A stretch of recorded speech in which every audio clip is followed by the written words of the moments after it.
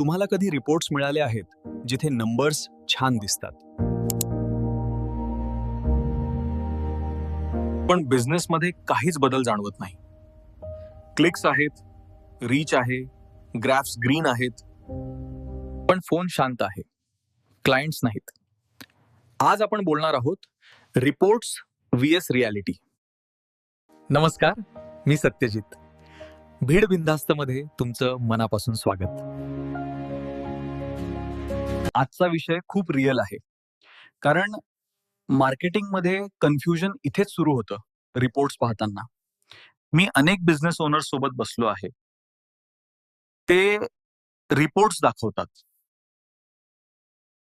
आणि एकच प्रश्न विचारतात, हे सगळं ठीक दिसतं, मग रेव्हेन्यू का नाही?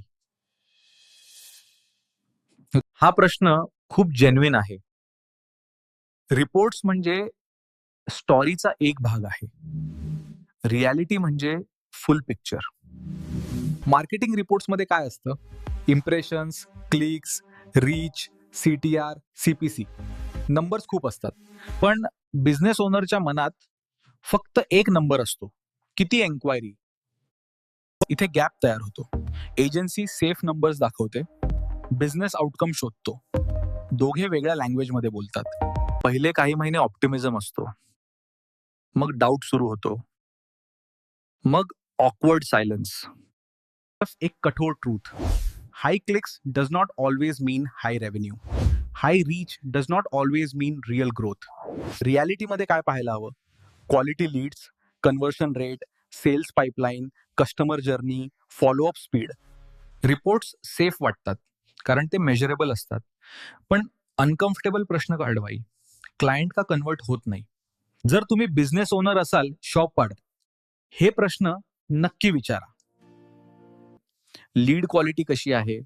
फनल कुठे ब्रेक होतो? रिअल ROI काय आहे? मार्केटिंग परफेक्ट नसतं, पण क्लॅरिटी असू शकते. जेव्हा रिपोर्ट्स आणि रियालिटी अलाइन होतात, तेव्हा कॉन्फिडन्स परत येतो. जर तुम्हाला कधी रिपोर्ट्स पाहून कन्फ्युजन वाटलं असेल, तर तुम्ही एकटे नाही.